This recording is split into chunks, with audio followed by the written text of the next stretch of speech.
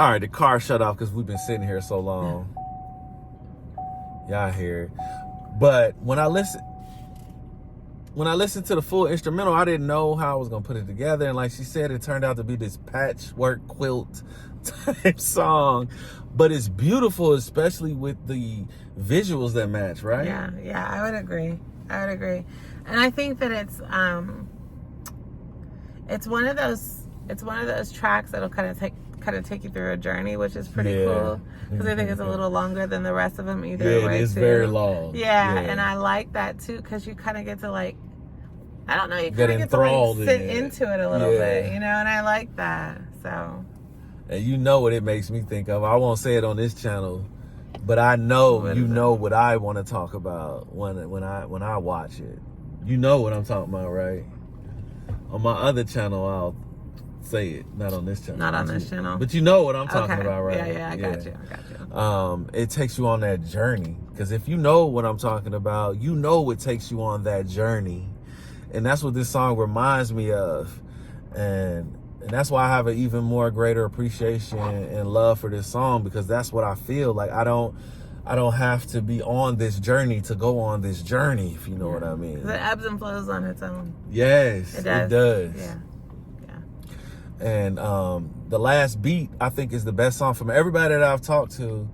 The last part of the song is everybody's favorite, and it is, every time life starts to life, I just sit and close my eyes and think life is just a dream.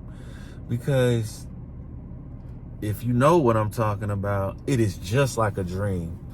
And just for those people who don't know what I'm talking about, sometimes as you live in life and it's really good, you're like, hey, it was like a dream, right? Right. So you're really going to connect to the last part of the song. Like, do you agree? What do you think about the last part of the song? No, I definitely think so. I mean, not having the experiences with you, I would still agree, because it just takes you on kind of a ride, and then it really releases you very softly. Good. Yes, I totally agree. And I like with that. that. It's very specific and very, yeah. You're right, because the part before that is very like thumping and pulsing. Yeah, you're right. But it like kind of lays you out afterwards. Like it's like that good like, and then afterwards it's like the forehead kiss.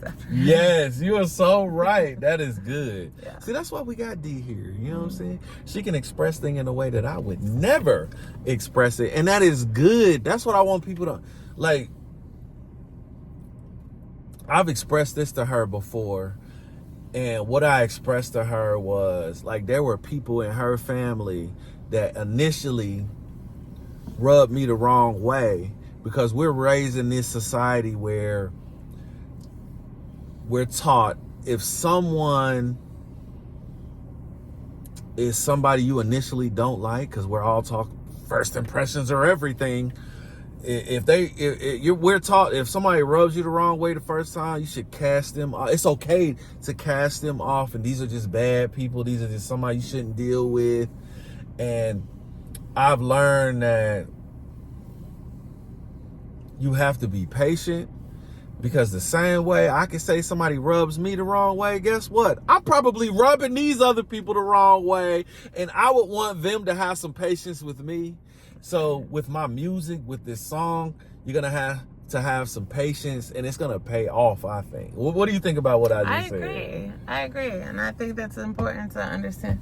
But the thing is also, it's that not only do you have to have patience, but give me some grace. I'm not going to get it right 100% of the time, and that's okay. What was that? And what? And that's okay. And that's okay. And neither am I. I'm not going to get it right all the time. And that's okay. And neither are your people going to get it right all the time. And that's okay. That's okay. Are we... like, but for real, like, but I want you to touch on that, about what I said about the people in your family. Because wait a minute. Because why don't you?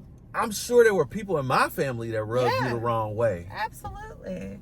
I mean, I think that's it happens because you're coming into an environment that is foreign to you, and you're not a part of the culture that's already been set within that particular environment. You have to think about that too. You're coming into another family as a person's partner or spouse or whatever, is that you're entering into the culture of a family unit that has already been established, and you have to find your space within it, and they're trying to also figure out where you fit in it as well. So it's kind of a dance, you know what I mean? See, that's why we got her here, y'all. And you know what it made me think of when you was talking? What's that? When we listen to new artists. Yes. Because it's so hard. Because you got to see if you feel and it may take a few embrace times. with it, you know? Because I did not like Juvenile when I first heard Ha. Most people, come on, don't look at me like that. Most people casted Juvenile off the first time because what he sonically sounded like was not something we heard in the Midwest. Nobody in Ohio and Indiana and Chicago sounded like Juvie. Most people in the Midwest and New York did not initially be like, oh, Juvie's hot. No, you're right. We initially was like, this country dude, like, we ain't listening to him. I don't disagree with you that the majority of people did not. Like, and I think that even just across the board, rappers from the South really just didn't get their due diligence. I mean, their due justice. Right, the people didn't put in their due diligence. Right, to really learn about the artist.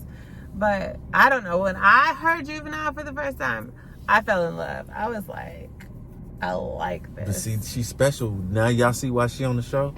I'm not as special as her. That's not true. Because our show was like, I ain't listening to this. This is terrible. It was, I liked it for my ear at the point because it was something so different. And I was like, this is different. And I like it. You see now why she on the show? She keep it real. I mean, she's telling the truth, and I'm telling the truth too. I did not want to hear none of that. Yeah. It took me like, I don't know, maybe. I don't even know what made me keep listening, but I did because I love music. And after maybe the fourth or fifth time, I was like, this dude is lyric. The lyrics on 400 Degrees, y'all. If y'all haven't heard it, go back and listen to it. Yes. And I'm not, okay. He is lyrical. Let me not be an asshole because this is going to sound like rough. What? Because it's a ratchet ass song. But the lyrics make sense and it's on point. Project Chick, yes, it's actually a lyrical It is lyric. song. All of them songs is lyrical. It is a lyrical song. Like, go back and listen to that song. Listen to the lyrics of it. And then listen to this. Because he's tapping into his Nas, baby. He is telling a whole story. He's telling about a story about him getting kicked out of his grandma's house and having to go hustle and living in some bitch's house. And then he having to do something strange for some change. And then getting enthralled in these two bitches in this house. And then basically pimping them both. Like, he's telling a whole story. And it is very Nas inspired. Because we know Nas loves to tell a fucking story in every one of his songs. He's a great storyteller. It's a lyrical album. No, it is. You are right. And I'm telling you, if you've casted these Southern rappers off like Juvenile, you need to go back and listen to the lyrics. Because she is right. Re-listen to the old tracks because y'all missing out. For real. And the next time you think Tyler the Creator or Heavy Hooks is garbage, go back and listen to the lyrics. Go look at the concepts. Go look at the visuals that match up with the lyrics. Yeah. And you're going to have a greater appreciation for them. Yeah, because it's a real work of art. It is. For real. It's a real, and people put their heart, their soul into it. Yeah. They're putting their passion. I think for artists like yourself, for artists like Tyler, but artists in general that like really, I mean, you could just tell if you're vibrating at the correct frequency, you can just tell that there are artists that have put out work, and when they were tuned into that work, they were at their peak. Yeah, no, I agree with that. They were at their peak. Like Juvie. Yeah, because 400 Degrees. And it's like they might not have peaked. I mean, they might not have hit another peak after that, but But, they were at yeah, their peak there, at and you then, have to yeah. give them their flowers for that. That's a great point, yes. So And if you don't get it right now, that's okay. that's okay. And if you don't get it later, That's okay. but sooner or later, You're you gonna get it. You're gonna get it. You know what I'm saying? I'm heavy. Miss D. And we out. Peace.